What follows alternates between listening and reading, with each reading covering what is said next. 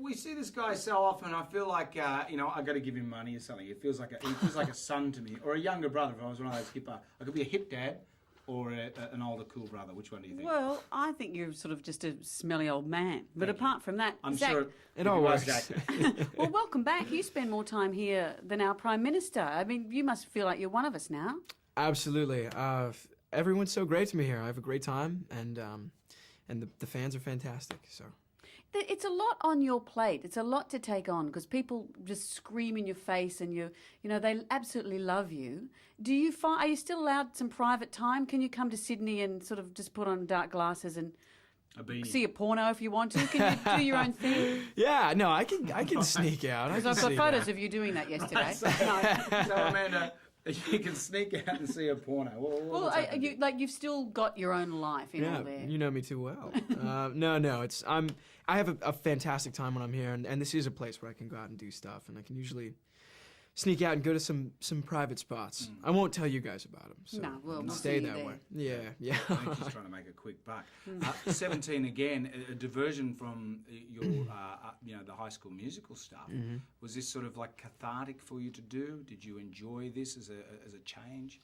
Yeah, I can't tell you how excited I was to do something non-musical. It's not that I was tired of doing musicals in any way, but it was like a brand new challenge. There's a lot of new and exciting prospects when you start a film, a comedy like this one, and I didn't have that safety net. Every couple days we wouldn't just have a great dance number, and you can't rely on that throughout the movie. So it was exciting. And emotionally meaty. You play a guy who's nearly 40, not so happy with his life, and goes back to being 17 and looks at his life choices. Yeah. Some of the film is quite uncomfortable. You're being hit on by your own daughter. How'd that feel? Could you appreciate how weird that would be? Yeah, that was the hardest part for me about this movie is I couldn't figure out how I was going to relate to this guy. I've never been fired from my job that I've been at for 15 years. I've never, had a daughter. I've never been proud of my son. I've never been hit on by my daughter. Weird things like that, So I really had to talk with the director a lot, and he just would explain everything to me in the simplest ways. You're more or less playing a guy my age, though. You are playing. You look at me. You are just being me. So it's as if we swapped bodies. It is. It's exactly. But with better bowel control. Zach, don't talk about Zach's bowel control. He gets embarrassed about it. It was yours. But if I said stuff to you like everybody have fun tonight, everybody what tonight? Would you know what I was talking about?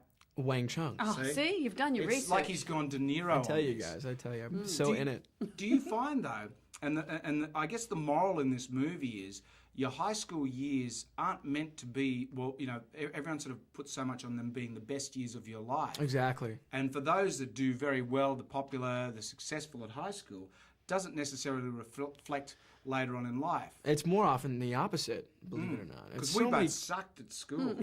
I was not king of the social circles in high school at all, and I'd say it all the time. For some reason, people don't believe me, but I profess that I was not the coolest kid in high school, and it's not important to be. You're there for you're supposed to learn when you're in high school, and that's what I did. I was very focused. And were you a bright student? Yeah, I was a pretty bright student. I wasn't naturally acing tests without studying. I definitely had to put the work in, but when I had to leave high school, I had a 4.3. So was that good or bad? What does that mean? I don't know if you guys have that grade system over here. It's a GPA. So straight A's would be 4.0. Right. And a 4.3 is slightly inflated from. Oh, so you did okay. More than okay. So I got a 4.3, but that was percent. So I thought, brother. That was a personality test. Amanda, in her HSC, back in the old day, we have the high school certificate. Amanda, back in her day, 496 out of 500. But I was the other way. I've discovered life since I left school rather than that being the highlight. Yeah. Do you find that? I mean, you're a young guy and you're surrounded by successful people, but can you imagine a time when people are 40 and thinking, God, I have been in a bad mood for 15 years and I haven't been living my potential. Do you see that in the industry at all? Yeah, you know what? Not so much on sets or with the circles that I'm involved with. Everyone's very focused on what we do. But I think everyone can relate to that feeling at one point or another in their life. I know that there's things that I already regret, you know, and I'm pretty young. So the thing in this story, Mike just really lets it get him down. It consumes him. He's depressed. He's, you know, completely lost touch with his family and with his kids, and he's really gone to a bad place because he feels that he made a bad choice all the way back in high school. Yeah, blaming someone else for having a dud life. He's blaming everyone around him and completely living in the past. So How was it to work with Chandler, with Matt Perry? Great. He's everything that I thought he would be. He was just hilarious and awesome to work with and very laid back. He was probably more of a 17-year-old than I was. Were you saying, "Oh, enough poo jokes, grow up, please"? Yeah, no, I'd like, you know, be asking these serious questions about, you know, so what is it like if this happens to you? What would you do if your daughter hit on you, stuff like that? And he'd be like, "Man, have you played Fallout 3 yet? God, you gotta get this game. It's amazing." I'd be like, "All right, man, cool." It was pretty funny. You channeled him very well, though. There were points in the movie where you actually had his, his wit and his and his he's a mannerisms. facetious sort of guy. You know, the mannerisms were all there. Watching Friends all those years. Yeah, see, who would have thought that'd pay off? And I noticed that you're wearing the thin tie of the 80s today. So, you know, is that back in, the thin tie?